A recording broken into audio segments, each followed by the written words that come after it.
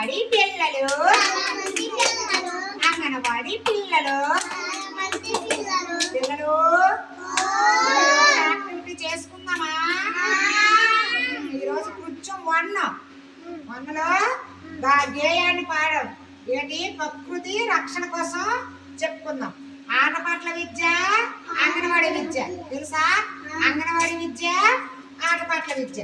నేను పాడతాను, మీరు పాడండి. సరేనా పిల్లలు? అందరు క్లాప్స్ కొడుతూ పాడండి.